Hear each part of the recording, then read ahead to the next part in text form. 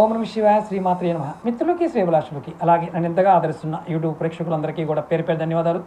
మిత్రులరా, మీ అందరికీ పరాదేవత ఎలవెలలా మీతో ఉండి మీ మనోవాంఛ నెరవేర్చాలని మనస్ఫూర్తిగా కోరుకుంటున్నాను.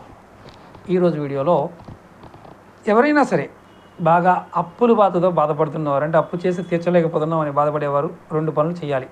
ఒకటి ఏంటంటే మంగళవారం, శనివారం ఈ రోజుల్లో పులుపు పదార్థాలు తినమాకండి. మళ్ళీ చెప్తున్నాను, మంగళవారం, శనివారం పులుపు పదార్థాలని తినమాకండి. అంటే మీరు చింతపండు లాంటివి, నిమ్మకాయ లాంటివి, పులుపు పచ్చళ్ళు, మామిడికాయ పచ్చడి, ఉసిరికాయ పచ్చడి, నిమ్మకాయ పచ్చడి, ఇలా పులుపు ఉన్న పచ్చళ్ళు కూడా మానేయండి. పులుపు పదార్థాలు పూర్తిగా తినడం మానేయండి.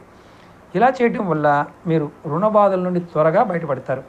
ఇది ప్రయత్నపూర్వకంగా చేయండి. ఎందుకంటే జాతకరీత్యా ఉన్న లోపాలు కొన్ని ఇబ్బంది పెడుతూ ఉంటాయి. ఇలా చేస్తే ఖచ్చితంగా మార్పు వస్తుంది. ప్రయత్నించేయండి, మంచి ఫలితాన్ని పొందుతారు. ఓం నమః శివాయ శ్రీమాత్రే నమః.